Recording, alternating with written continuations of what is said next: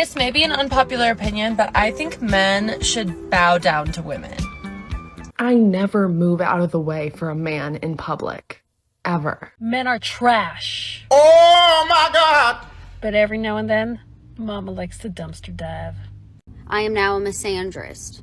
This is the system men created. I don't give a I don't give a fuck. This is the system y'all created and y'all don't like the fact that women don't like y'all now. I don't care. No. Damn! Ladies that say things like this typically want the authority of a man, the privilege of a woman, the accountability of a child, and the freedom of a wild animal. In short, they want a position of superiority with next to zero responsibility. What? They're also more likely to blame men for everything. Welcome to the modern woman. The reason I don't understand the term modern woman is because, like, the way men are using it, as if it's a bad thing. It's like, okay, so if you don't like modern women, then what kind of women do you like? Dead ones? Like, modern just means now. Unfortunately, you're not very bright. So the women that are alive, existing in the current, aren't we all technically modern women? I'm confused. And if you're going to criticize modern women, if you don't want modern women, what is the name of the kind of woman that you want? Good, clean girl. Traditional women is what the vast majority of men want. A woman that's feminine, kind, polite, compassionate, accommodating, nurturing, and cooperative. Facts. Many modern women lack these basic qualities, but are also bereft of accountability, loyalty, and trustworthiness. Dressing provocatively, being a heavy drinker with tattoos, face piercings, and a high body count are qualities that won't allow many men to view them as marriageable or even relationship-worthy. Like, are you making enough to support a non-modern woman? Because I know for a fact the same men who are like, modern women do this, modern women do that, are the ones who also want a woman to pay for her meal. So, to be honest with you, pick something.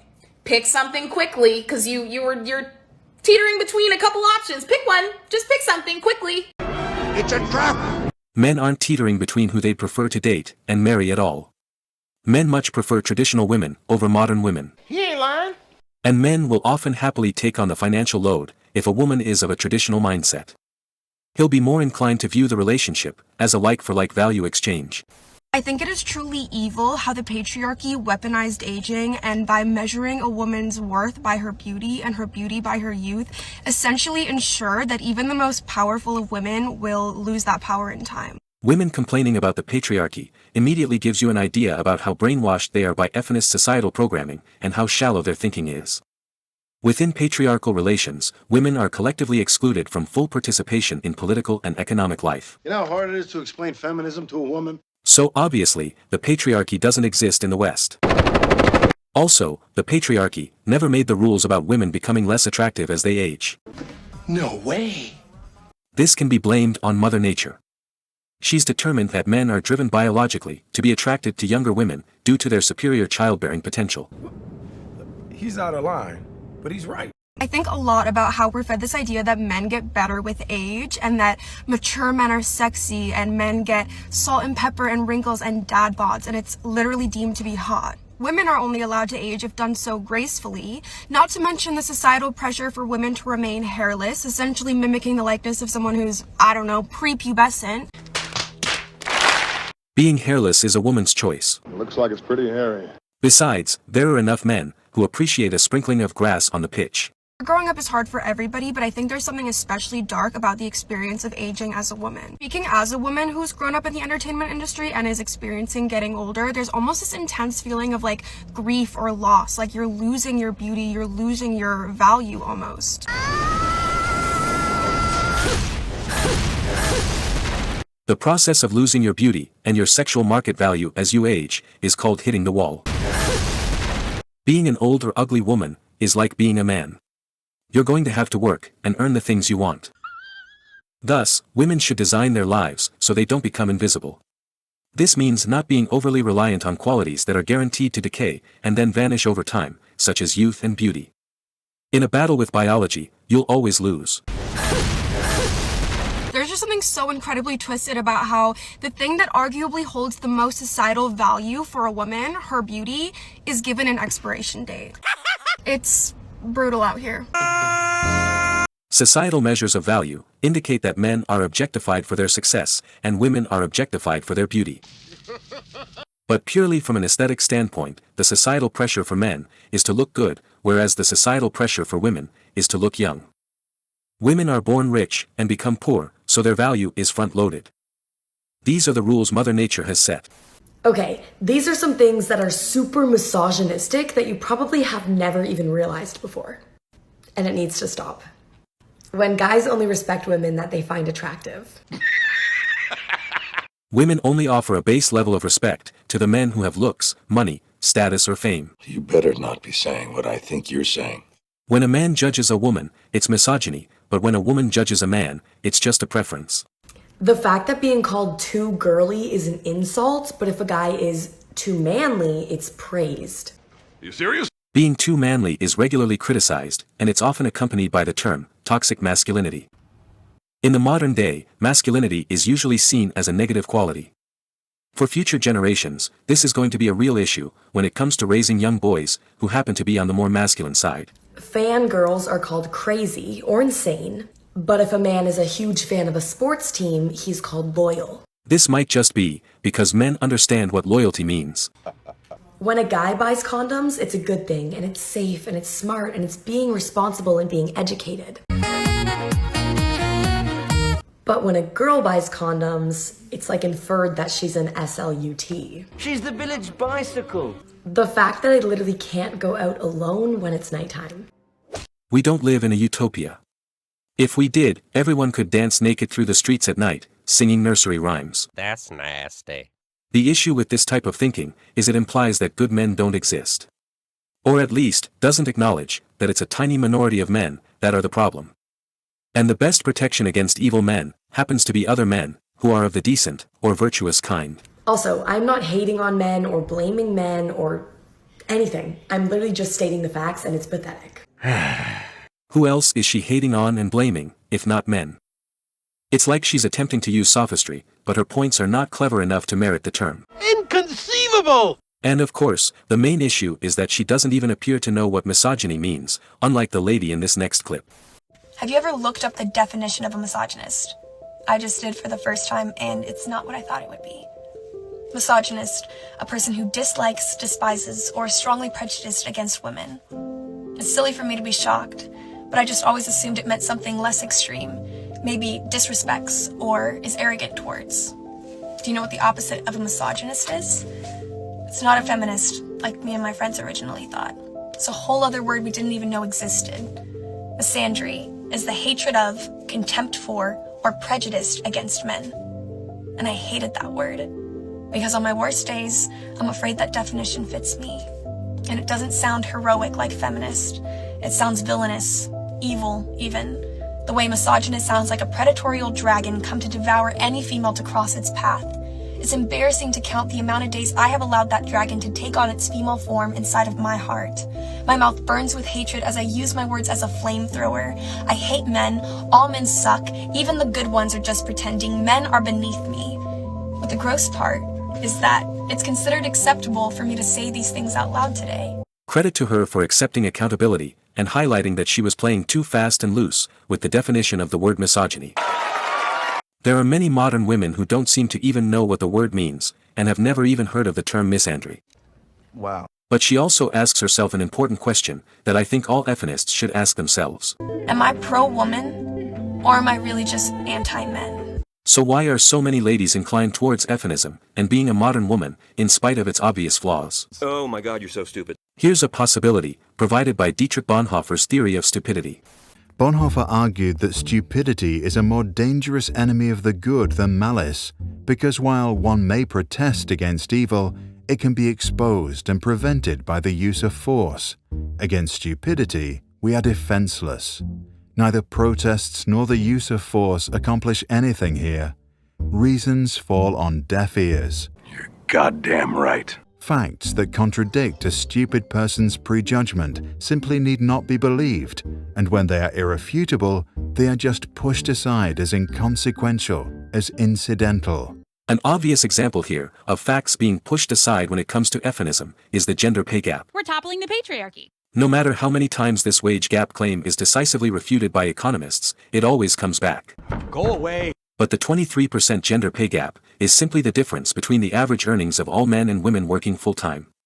It doesn't account for differences in occupations, positions, education, job tenure or hours worked per week. Obviously, yeah. When such relevant factors are considered, the wage gap narrows to the point of vanishing. Vanisher!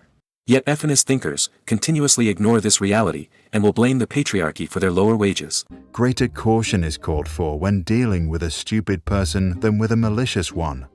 If we want to know how to get the better of stupidity, we must seek to understand its nature. Stupidity is, in essence, not an intellectual defect, but a moral one. Unless you're actually cognitively impaired, stupidity is often the result of intellectual laziness and ignorance. Am I living in a nightmare right now? How often do we see feminist thinkers issue awful advice to women without fully researching or understanding the consequences? So first of all, if a guy asks what your body count is, you say, none of your business, number one, and then lie, say 5 people. Advice built on laziness and ignorance can have horrible repercussions for those that follow it. The impression one gains is not so much that stupidity is a congenital defect, but that under certain circumstances, people are made stupid, or rather, they allow this to happen to them.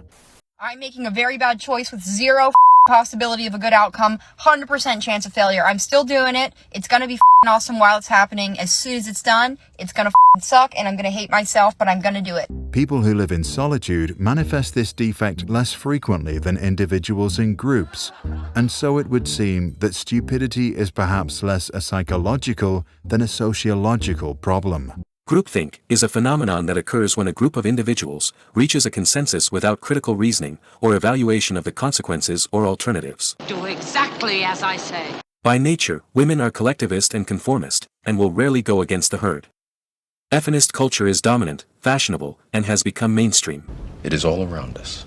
So it's easy to see why many modern women subscribe to feminist thinking, because its message is hard to avoid. The process at work here is not that particular human capacities such as intellect suddenly fail.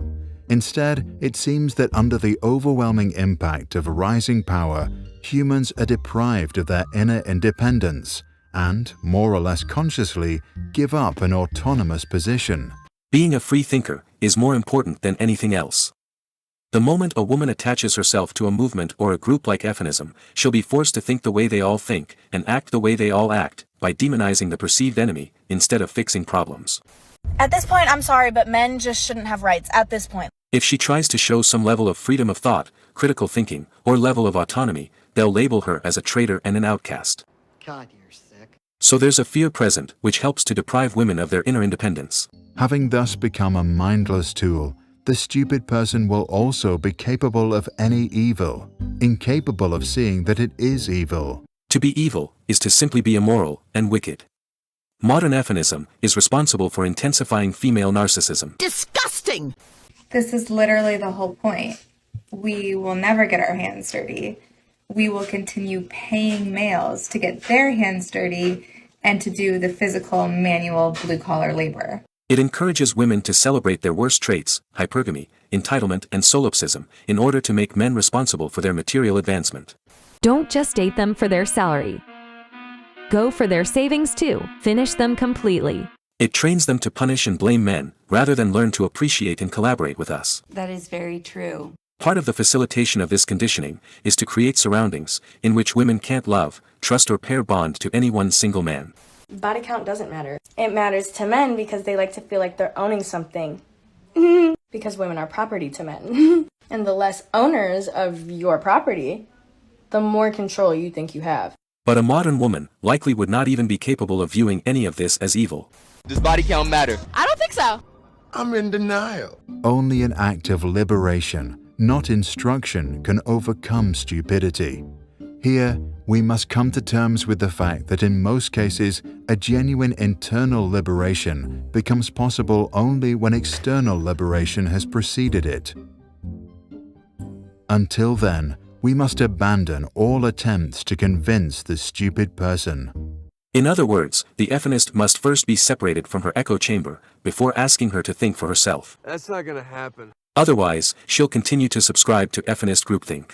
No! Here's some admittedly extreme, but highly relevant examples that might help to explain what a traditional woman looks like in practice. Tradwives, traditional wives, are a growing community of women who are stepping back in time and, as they put it, submitting to their husbands, spending their days cooking, cleaning, and some even wearing 1950s attire. They're gaining thousands of followers in countries as diverse as the UK, Brazil, Germany, and Japan. To the Tradwives, the decision to shun a career is a positive choice. Becoming homemakers, mothers, and wives is often described as a true calling, and they celebrate traditional ideas of feminine behavior, so the Tradwife movement is often framed as a backlash against feminism. Many of the women in Tradwife groups also discuss the strain of working in demanding jobs and the difficulty of balancing that with home life. So is the growing new movement offering a challenge to modern conventions and even our ideas of feminism.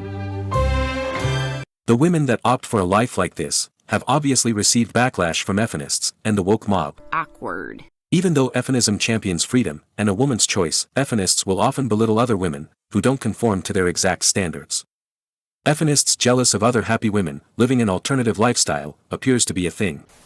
Hi guys, so I wanted to create a list of some skills that you should learn if you are interested in becoming a homemaker or housewife. So first on the list is cooking. Many modern women avoid cooking proper meals entirely due to the perceived link between the kitchen and the patriarchy. Topple the patriarchy! Cooking is a basic life skill that everyone should be in possession of. Assuming the mother is the primary caregiver, what are the children even going to eat? Any attempt to get women back in the kitchen, with a view of simply learning how to cook, is met with criticism from feminists. I don't give a shit. Second is cleaning. My third one is seasonal decorating. And fourth is hosting. Hosting is a great way to showcase your seasonal decor and honestly welcome your friends and family into your lovely home. These might seem trivial to some, but they relate to turning a house into a home and maintaining a community. And last, and probably most importantly, is budgeting. One of the problems a lot of men face in marriage is their wives overspending, then blaming the man for not earning enough money. Shocked. We're all shocked. Having a budget that you both agree upon shows maturity and respect for your partner. My man works very hard. When he comes home from work, I want him to have nothing to do at home. He should just relax. The house is clean, dinner is cooked, the kids are getting ready for bed. And then he gets to come home and spend quality time with his kids, rather than worrying about what kind of chores need to be done. Bingo. I know men who work between 8 and 12 hours a day, 6 days a week.